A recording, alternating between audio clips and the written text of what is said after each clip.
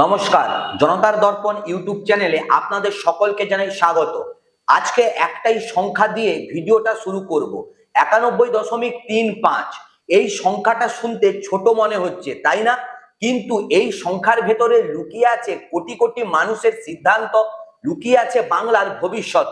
গতকাল প্রথম দফার ভোট শেষ হয়েছে এবং বাংলার ইতিহাসে এত বেশি সংখ্যক মানুষ কখনোই কিন্তু একসঙ্গে ভোট দিতে বেরোয়নি। কিন্তু প্রশ্ন হলো, কেন বেরিয়েছেন? সরকারের প্রতি ভালোবাসায়, নাকি ক্রোধে, নাকি ভয়ে, নাকি এমন কোনো কারণ যেটা আমরা এখনো বুঝে উঠতে পারছি না? আজকের এই ভিডিওতে আমি আপনাদেরকে দেখাবো বাংলার প্রথম দফা ভোটের ভেতরের ছবিটা। এই 91% ভোটের মধ্যে লুকিয়ে আছে এমন কোন সংখ্যা যেটা কি তৃণমূলের রাতের ঘুম কেড়ে নেবে? নন্দীগ্রামে কি সত্যিই মাটি সরে যাচ্ছে শুভেন্দু অধিকারী? আর বন্ধুরা, সেই রহস্যময় 5% অতিরিক্ত ভোট, সেটা আসলে ঠিক কার ঝুলিতে যাবে? কারণ সবচেয়ে গুরুত্বপূর্ণ বিশ্লেষণটা একেবারেই শেষে রয়েছে, তাই ভিডিওর শেষ পর্যন্ত দেখার অনুরোধ রইল। 91% ভোট, এই সংখ্যাটার মানে কি? ভোটের অঙ্ক বোঝার আগে একটু ইতিহাসে ফিরে যাই। বাংলায় সাধারণত বিধানসভা ভোটে 84 থেকে 87% ভোট পড়ে। এটাই হচ্ছে স্বাভাবিক, এটাই বাংলার চিরাচরিত ছবি। কিন্তু আজকে যখন 91.35% ভোট পড়লো, তখন একটাই প্রশ্ন কিন্তু মাথায় আসছে, এই অতিরিক্ত 4 থেকে 5% ভোট দেওয়া মানুষগুলো ঠিক কারা, যারা এবার ঘর থেকে বেরিয়েছেন কিন্তু আগে বেরোতেন না? এই ব্যাপারে কিন্তু অত্যন্ত গুরুত্বপূর্ণ একটা বিশ্লেষণ আছে। যে ভোটার সাধারণত ভোট দিতে যায় না, সে যখন যায় সে একটা কারণেই কিন্তু যায়, হয় সে খুব খুশি, নয়তো সে খুব রাগী। মাঝামাঝি কোনো অনুভূতি কিন্তু তাকে ঘর থেকে বের করতে পারে না। বন্ধুরা, কথাটা হয়তো শুনতে খুবই সহজ সরল মনে হচ্ছে, কিন্তু এই কথাটার মধ্যে বাংলার ভোটের পুরো রহস্যের ছবিটাই লুকিয়ে রয়েছে। এখন প্রশ্ন হলো, এই অতিরিক্ত মানুষগুলো কি খুশি নাকি বীতশ্রদ্ধ? যদি তারা খুশি হয়, মানে সরকারি প্রকল্পে উপকৃত হয়ে ভোট দিতে এসেছে, তাহলে তৃণমূলের জন্য সেটা কিন্তু একটা বোনাস। আর যদি তারা বীতশ্রদ্ধ হয়ে, মানে পরিবর্তন একেবারে চাইছে, তাহলে সেটা কিন্তু বিজেপির জন্য বিরাট বড় একটা আশার আলো। এখন একটা সিম্পল অঙ্ক করি চলুন। যদি 87% ভোট পড়ে, এটা স্বাভাবিক তৃণমূলের জন্য অনুকূল পরিবেশ। তাহলে 152টি আসনের মধ্যে 101 থেকে 107টা আসনে কিন্তু তৃণমূলের এগিয়ে থাকার কথা। এটা তাদের ভোট ব্যাংকের একটা স্বাভাবিক ফলাফল। কিন্তু আজ ভোট পড়েছে 91%-এর বেশি। এর মানে স্বাভাবিকের চেয়ে 4 থেকে 5% বেশি শতাংশ ভোট। এই মানুষগুলো ঠিক কার দিকে গেছে, এটাই কিন্তু আজকের আলোচনার সবচেয়ে বড় প্রশ্ন। কিন্তু বন্ধুরা, একটা কথা পরিষ্কার করে বলে রাখা দরকার, শুধু বেশি ভোট পড়লেই যে বিজেপির লাভ, এই ধারণাটা কিন্তু সম্পূর্ণ ভুল। কারণ বেশি ভোট মানে এই নয় যে সেটা বিরোধী ঝুলিতে গেছে। বেশি ভোট মানে হতেও পারে মহিলারা বেশি এসেছেন, বয়স্করা বেশি এসেছেন, যারা সরকারি সুবিধা পেয়েছেন তারা কৃতজ্ঞতায় এসেছেন। তাহলে ঠিক কারা বেশি এসেছেন, সেই উত্তর খুঁজতে হলে আমাদেরকে যেতে হবে একটু গভীরে। দেখতে হবে দুটো গুরুত্বপূর্ণ ভোটার গোষ্ঠীকে, মহিলা এবং যুবক। বাংলার রাজনীতিতে মহিলা ভোটার কিন্তু একটা নীরব বিপ্লব ঘটিয়েই চলেছেন গত কয়েক বছর ধরে, এবং সেই বিপ্লবের কেন্দ্রে আছে একটাই বিষয়, সরাসরি অর্থনৈতিক সুবিধা। লক্ষ্মীর ভান্ডার, স্বাস্থ্য সাথী, কন্যাশ্রী, রূপশ্রী, এই প্রকল্পগুলো শুধু কিছু টাকা দেওয়ার কিন্তু ব্যবস্থা নয়। এই প্রকল্পগুলো একজন গ্রামীণ মহিলার জীবনে কিন্তু একটা মনস্তাত্ত্বিক বিপ্লব এনেছে। সেই বিপ্লবটা হলো, এই টাকাটা তার একেবারেই নিজের, স্বামীর কাছে হাত পাততে হবে না, শাশুড়ির অনুমতিও নিতে হবে না, মাসের শেষে অ্যাকাউন্টে টাকা আসবে, সেটা সে নিজে ব্যবহার করবে। এই ছোট্ট স্বাধীনতার মূল্য রাজনীতির ভাষায় কিন্তু অপরিসীম। একজন গ্রামীণ মহিলার কাছে যখন জিজ্ঞেস করা হয় কেন ভোট দিচ্ছেন, তিনি বললেন না কিন্তু উন্নয়নের জন্য বা গণতন্ত্রের জন্য, তিনি বললেন মাসে মাসে টাকা পাচ্ছি, ছেলের পড়াশোনায় কাজে আসছে। এটাই সত্যিকারের ভোটের রাজনীতি। এবার আসি সংখ্যায়। আমাদের বিশ্লেষণ অনুযায়ী, এবং আমি আবারও বলছি, এটা কোনো এক্সিট পোল নয়, এটা মাঠের অভিজ্ঞতা এবং দীর্ঘদিনের রাজনীতির সাথে জড়িয়ে থাকার ভিত্তিতে একটা সম্ভাব্য ছবি। প্রায় 65 থেকে 70% মহিলা ভোট কিন্তু তৃণমূলের যাওয়ার পক্ষে সম্ভাবনা রয়েছে এই দফায়। এই সংখ্যাটা ঠিক বিজেপির জন্য কতটা বিপজ্জনক? বিজেপি এই সমীকরণ কিন্তু ভাঙতে চেয়েছিল, কিন্তু তারা পারেনি। কারণ বিজেপির কাছে একটাই অস্ত্র ছিল, কেন্দ্রীয় প্রকল্পের কথা বলা। কিন্তু সমস্যা হলো গ্রামের মহিলারা কেন্দ্রীয় প্রকল্পের নাম কিন্তু অতটা বেশি জানেন না। তিনি জানেন যে তার ব্যাংক অ্যাকাউন্টে টাকা এসেছে এবং সেই টাকাটা কে দিয়েছে সেটা তার মাথায় কিন্তু একদম গেঁথে দিয়েছেন তৃণমূল কর্মীরা। রাজনীতিতে পারসেপশন হলো রিয়েলিটি এবং বাংলার মহিলাদের পারসেপশন হলো লক্ষ্মী ভান্ডার মানে মমতা বন্দ্যোপাধ্যায়। এই পারসেপশন ভাঙা কিন্তু বিজেপির পক্ষে এক দফায় সম্ভবই হয়নি। এখন আসা যাক যুব ভোটারদের একটা প্রসঙ্গে, কারণ মহিলা ভোটের ছবিটা যতটা পরিষ্কার, যুব ভোটের ছবিটা কিন্তু ততটাই জটিল। যুবকদের মধ্যে চাকরি চুরি থেকে শুরু করে বেরোজগারি এই সমস্ত নানা বিষয় নিয়ে একটা বিদ্রোহ আছে, একটা ক্ষোভ আছে মমতা বন্দ্যোপাধ্যায়ের বিরুদ্ধে। কিন্তু এই যুবকদের গন্তব্য কিন্তু অজানা। বাংলার যুব ভোটারদের নিয়ে একটা বড় ভুল ধারণা কিন্তু চালু হয়ে গেছে যে যুবকরা সরকার বিরোধী মানে তারা বিজেপি মুখী। এটা কিন্তু সম্পূর্ণরূপে ভুল সমীকরণ। হ্যাঁ বন্ধুরা, বাংলার একটা বড় অংশের যুবক সরকারের প্রতি কিন্তু অবশ্যই হতাশ।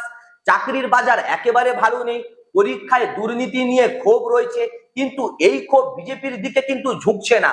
কারণ বাংলার শিক্ষিত যুবক বিজেপির সংস্কৃতিকে কিন্তু ব্র্যান্ডিং হিসাবে গ্রহণ করছে না। তিলক বা গামছার রাজনীতি হিন্দি বেল্টে একেবারে কাজ করে, কিন্তু বাংলার একজন কলেজ পড়ুয়া যুবকের পরিচয় কিন্তু একেবারে অন্যরকম। তার কাছে রবীন্দ্রনাথ আছেন, সুভাষচন্দ্র বোস আছেন, বাংলার নিজস্ব একটা সাংস্কৃতিক অহংকার তার মধ্যে আছে এবং সেই অহংকার তাকে হিন্দি বলয়ের রাজনীতির সঙ্গে সহজে কিন্তু মেলাতে দেয় না। তাহলে যুবকরা ঠিক কাকে ভোট দিচ্ছে? অনেকেই ভোট দিচ্ছে না, অনেকেই দিচ্ছে স্থানীয় প্রার্থীর মুখ দেখে, দল নয় বরঞ্চ ব্যক্তি দেখে ভোট দিচ্ছে। প্রার্থী কতটা পরিচিত, কতটা অ্যাক্সেসিবল সেটাই কিন্তু তাদের কাছে প্রধান বিষয় হয়ে কিন্তু দাঁড়াচ্ছে। এই ট্রেনটা আসলে দুই দলের জন্যই কিন্তু একেবারে বিপজ্জনক, কিন্তু বিজেপির জন্য একটু বেশি বিপজ্জনক। কারণ তৃণমূলের একটা শক্তিশালী গ্রাসরুট নেটওয়ার্ক আছে যেটা স্থানীয় স্তরে প্রার্থীকে পরিচিত করে তোলে। বিজেপির সেই নেটওয়ার্ক কিন্তু বাংলায় এখনো পোক্ত হয়নি। এখানে আরেকটা গুরুত্বপূর্ণ বিষয় উঠে আসছে, পরিযায়ী শ্রমিকের ভোট। দিল্লির কিছু সংবাদ মাধ্যম জোর গলায় প্রচার করছে যে পরিযায়ী শ্রমিকরা এবার বড় ফ্যাক্টর, তারা বাইরে থেকে ফিরে এসে বিজেপিকেই ভোট দেবে। কিন্তু বাস্তব ছবিটা বন্ধুরা সত্যিই অনেক জটিল। পরিযায়ী শ্রমিক মানে বিজেপি ভোট, এই সমীকরণটা মাঠে কতটা কাজ করছে সেটা নিয়ে কিন্তু যথেষ্ট সংশয় আছে। কারণ শ্রমিক তার পরিবার কিন্তু বাংলাতেই থাকে, তার মা লক্ষ্মী ভান্ডারের টাকা পাচ্ছেন, তার বাবা স্বাস্থ্যসাথী কার্ডের ব্যবহার পাচ্ছেন। পরিবারের প্রভাবে ভোটের সিদ্ধান্ত কিন্তু অনেকটাই কাজ করে। এবার আসি বন্ধুরা সবচেয়ে গুরুত্বপূর্ণ একটা অংশে, প্রচারের যুদ্ধে বিজেপি নাকি তৃণমূল কে এগিয়ে রইল। তৃণমূল এবার একটা অসাধারণ কিন্তু রণকৌশল নিয়েছে। সভা নয় একেবারে দরজা, মঞ্চ নয় মাঠ, তারা কর্মীদের পাঠিয়েছে বাড়ি বাড়ি এবং প্রতিটি বাড়িতে একটাই বার্তা দিয়ে এসেছে, একটা সিম্পল সংখ্যা, মাথায় ঢুকে যাওয়ার মতো একটা সংখ্যা, যে বছরে 18,000 টাকা, 5 বছরে 90,000 টাকা। এই সংখ্যাটা বুথের বাইরে থেকে শুরু করে রান্নাঘর পর্যন্ত কিন্তু পৌঁছে দিয়েছে তৃণমূলের কর্মী বাহিনী। এটাকে বলে গ্রাসরুট কমিউনিকেশন এবং এটা সত্যিই কাজ করে। কারণ বন্ধুরা একজন সাধারণ মানুষ কিন্তু সাধারণত বড় বক্তৃতা মনে রাখে না, কিন্তু সংখ্যাটা মনে রাখে, বিশেষত যখন সেই সংখ্যাটা তার নিজের পকেট সম্পর্কিত হয়। এখন বিজেপি কি করছে? বিজেপি বড় বড় সভা করছে, কেন্দ্রীয় নেতারাও এসেছেন, জনসমুদ্র হয়েছে, কিন্তু সেই জনসমুদ্রের ঢেউ কি বাড়ির দরজা পর্যন্ত পৌঁছতে পেরেছে? একদমই নয়। এবং তার চেয়েও বড় ভুল হলো প্রচারের বিষয়বস্তু। দিদি ও দিদি বলে কটাক্ষ করা, ঝালমুড়ি খাওয়ার মতো প্রতীকী প্রচার, এগুলো মিডিয়ার চোখে কিন্তু ভালো দেখায়, কিন্তু ভোটে কাজে আসে না। কারণ এই প্রচারগুলো একজন সাধারণ ভোটারকে কিছুই দেয় না, কোনো বিকল্প দিশা নেই, কোনো নতুন প্রতিশ্রুতিও বিজেপির নেই। বিজেপির সবচেয়ে বড় ব্যর্থতা হলো তারা বলতে পেরেছে মমতা ভালো নয়, কিন্তু বলতে পারেনি যে আমরা এটা করব। এবং যে দল বিকল্প দিশা দিতে পারে না সে দল মানুষকে সাধারণত কিন্তু ভোট দেয় না। কারণ মানুষ যখন দুটো ক্ষতির মধ্যে বেছে নেয় সে কিন্তু চেনা ক্ষতিকেই বাছে। এখন আমি আসি সেই প্রশ্নে যেটার জন্য আপনারা সবাই অপেক্ষা করছেন। আমি আবারও একটা স্পষ্ট কথা আপনাদেরকে বলতে চাই যে এইটা কোনো এক্সিট পোল নয়, কোনো সংস্থার সমীক্ষা নয়, এটা সম্পূর্ণ আমার ব্যক্তিগত এবং গ্রাউন্ড লেভেলের একটা রিসার্চের অভিজ্ঞতা এবং বাংলার ইতিহাসের এবং বাংলার ভোটের ইতিহাস বিশ্লেষণের মাধ্যমে আমার ব্যক্তিগত মতামত আপনাদের সামনে আমি উঠিয়ে ধরছি। 152টি আসনের এই প্রথম দফায় আমাদের অনুমান হলো তৃণমূল কংগ্রেস 101 থেকে 107টি আসনে কিন্তু এগিয়ে থাকতে পারে, বিজেপি 30টি থেকে 37টি আসনে এগিয়ে থাকতে পারে, বাকি সব আসনে অন্যান্যরা।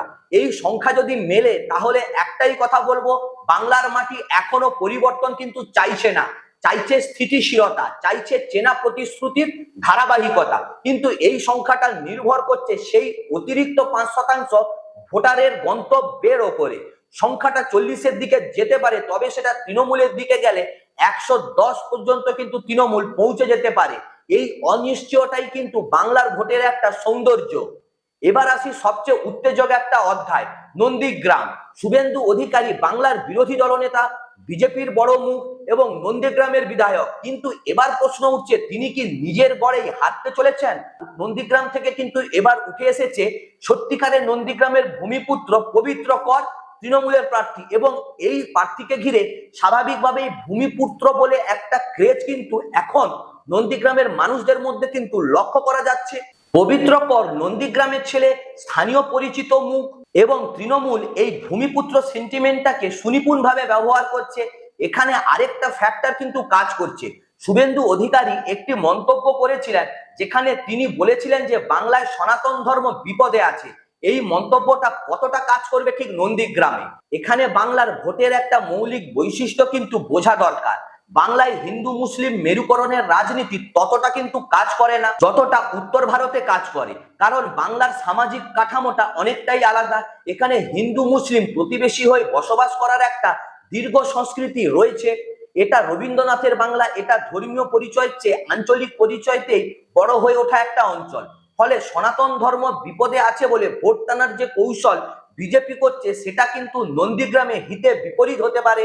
কারণ নন্দীগ্রামের ভোটার ধর্মের আগে জিজ্ঞেস করে আমার জমি কি হবে, আমার ছেলের কাজ হবে কিনা, এবং সেই জমির প্রশ্নে, সেই রুজি রোজগারের প্রশ্নে কিন্তু তৃণমূলের পবিত্র কর একটা বিকল্প মুখ হয়ে উঠেছে নন্দীগ্রামে।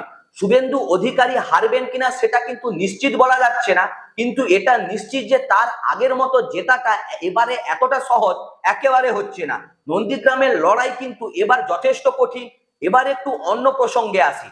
দিল্লির সংবাদ মাধ্যমগুলো এবার বাংলার ভোট নিয়ে বেশ কিছু ন্যারেটিভ তৈরি করছে, সেগুলো নিয়েও কিন্তু একটু কথা বলা দরকার। প্রথম ন্যারেটিভ হলো পরিযায়ী শ্রমিকরা বিজেপিকে ভোট দেবে। এই ন্যারেটিভটা কিন্তু অনেক জাতীয় চ্যানেলে এখনো ঘুরে বেড়াচ্ছে, কিন্তু মাঠের বাস্তবতা অনেকটাই আলাদা। পরিযায়ী শ্রমিকের ভোট কিন্তু একমাত্রিক নয়, তার সিদ্ধান্তে তার পরিবার, তার এলাকার স্থানীয় নেতা এবং সরকারি প্রকল্পের প্রত্যক্ষ অভিজ্ঞতা সবকিছুই কাজ করে। দ্বিতীয় ন্যারেটিভ হলো বাংলায় আইন শৃঙ্খলার পরিস্থিতি এতটাই খারাপ যে মানুষ ভোট দিতে ভয় পাচ্ছে। কিন্তু বন্ধুরা, 91% ভোট পড়লে সেই যুক্তি কতটা ধোপে থেকে? মানুষ যদি সত্যিই ভয় ঘরে বসে থাকতো তাহলে এত মানুষ কিন্তু বেরিয়ে ভোট দিত না। তৃতীয় ন্যারেটিভ হলো বাংলার মানুষ পরিবর্তন চাইছে, এটা আংশিক সত্য, কিন্তু পরিবর্তন চাওয়া আর বিজেপিকে ভোট দেওয়া এই দুটো কিন্তু একই কথা নয়। জাতীয় মিডিয়ার সমস্যা হলো বাংলাকে দেখে দিল্লির চোখ দিয়ে, কিন্তু বাংলা দিল্লির নিয়ম মেনে কিন্তু একেবারেই এগোয় না।